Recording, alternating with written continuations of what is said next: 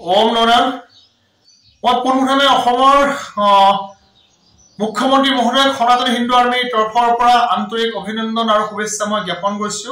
তেওঁ যিটো ৰাজ্যিক কেবিনেট যিটো সিদ্ধান্ত লৈছে গো মাংস নিষিদ্ধকৰণৰ অসমৰ হোটেল ৰেষ্টুৰেণ্ট বা ৰাজহুৱা ভোজ ভাতত যিটো ব্যৱহাৰৰ যিটো নিষিদ্ধকৰণৰ এটা সিদ্ধান্ত লৈছে, আমি সকলো সনাতনী ৰাইজে সনাতনী ধৰ্মাৱলম্বী ৰাইজে বা ইছলাম এই মজদধাৰী ৰাইজেও আদৰণি জনোৱা উচিত।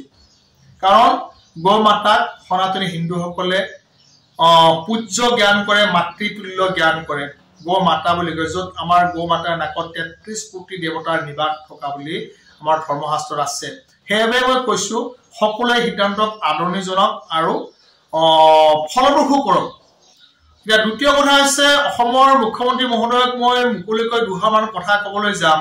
যদি কিবা ৰাজনৈতিক এজেণ্ডা লৈ এইখিনি কাম কৰিছে, অত্যন্ত লজ্জাজনক আৰু দুখজনক কথা হ'ব। কাৰণ গো মাতৃ গো মাংসৰ যিটো আপুনি কথা কৈছে নিষিদ্ধ, গো মাংস যেতিয়া মানে অসমৰ চুকে কোণে অলিয়ে গলিয়ে যিবিলাক দোকানত মানে সুলভলভ্য হৈ থাকিব, তেতিয়া তেওঁলোকে হোটেল ৰেষ্টুৰেণ্ট বা ৰাজহুৱা স্থানত ভোজ ভাত খাবলৈ হয়তো লৈ নাযাব, কিন্তু ঘৰত দগচি গো মাংস খাব।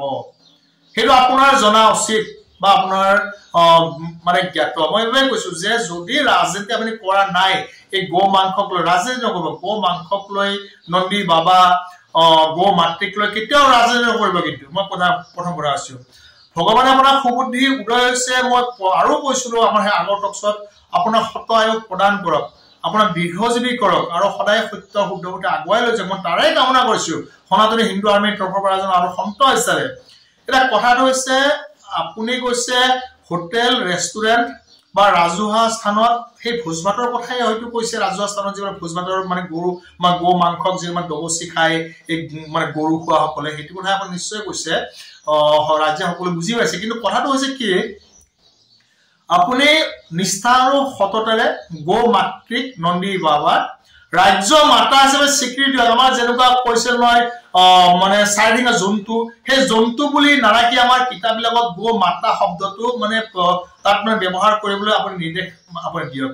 সকলো কিতাপত অসমৰ যিমান পাঠ্যপুথি আছে গো মাতা বুলি ক'ব দিয়ক, মানে এনিমেল বুলি মানে ক'ব নিদিব। গৰু চাৰিঠেঙীয়া জন্তু বুলি, পোহনীয়া জন্তু বুলি ক'বলৈ নিদিব। মোৰ এটা হাত জোৰ কৰি আপোনাক অনুৰোধ কৰিছো, যদি আপোনাৰ সততাৰে ৰাজনীতি নকৰাকৈ যে সিদ্ধান্ত লৈছে। দ্বিতীয় কথা হৈছে, যেতিয়া গো মাতা নন্দী বাবাক ৰাজ্য মাতা হিচাপে স্বীকৃতি দিব, তেতিয়া যিসকল ব্যক্তিয়ে গো মাতা নন্দী বাবাক হত্যা কৰে, সেইসকল ব্যক্তিক কি কৰিব? আইনৰ গণ্ডিত ল'ব লাগিব। নিশ্চয় আইনৰ গণ্ডিত যদি ল'ব লাগে, এখন কঠোৰ আইন মানে ইয়াৰ লগত প্ৰণয়ন কৰক।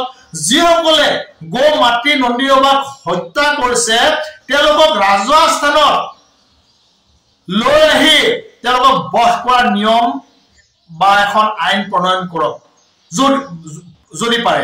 কিন্তু এনেকুৱাকৈ হোটেল বা ৰেষ্টুৰেণ্ট বা ৰাজহুৱা স্থানত ভোজ ভাত খোৱা বন্ধ কৰিলে নহব। যদি অসমৰ চুকে কোণে গাঁৱে ভূঞে চহৰে নগৰে যদি গো মাংস যদি সুলভলভ্য হৈ থাকে, প্ৰতিটো মুহূৰ্তত যদি গো হত্যা হৈ থাকে, নন্দী বাবা হত্যা হৈ থাকে, তেতিয়াহ'লে এইখন আইন বা এই নিৰ্দেশটো ফুটুকাৰ ফেন হৈ ৰব। সকলো সমাজে মানে গম পাইছে কথাখিনি। নিশ্চয় আপুনি উপলব্ধি কৰক। সন্ত হিচাপে আপোনাক সৎমাক প্ৰদৰ্শন কৰিছো। ভগৱানে কুশলে মংগল ৰাখক। জয় শ্ৰীৰাম, জয় অসম। মহানগৰীত উৎকৃষ্ট hotel the villa, Adarshpur bylane number 1, Kahilipara সৰ্বশিক্ষা অভিযানৰ কাৰ্যালয়ৰ কাষতে হোটেল দ্য ভিলাত আছে উৎকৃষ্ট মানৰ সা সুবিধা, য'ত আছে আটকধুনীয়া কোঠা, লগতে পাব লাক্সাৰী সুইট আৰু ডিলাক্স ৰুম। তদুপৰি ৰেষ্টুৰেণ্টত পাব আপোনাৰ মন পচন্দৰ সুস্বাদু খাদ্য আৰু পাব বাৰ আৰু ছুইমিং পুল। দ্য ভিলাত পাব আপুনি নৈসংগিক পৰিৱেশ আৰু সুস্বাদু খাদ্যৰ সম্ভাৰ।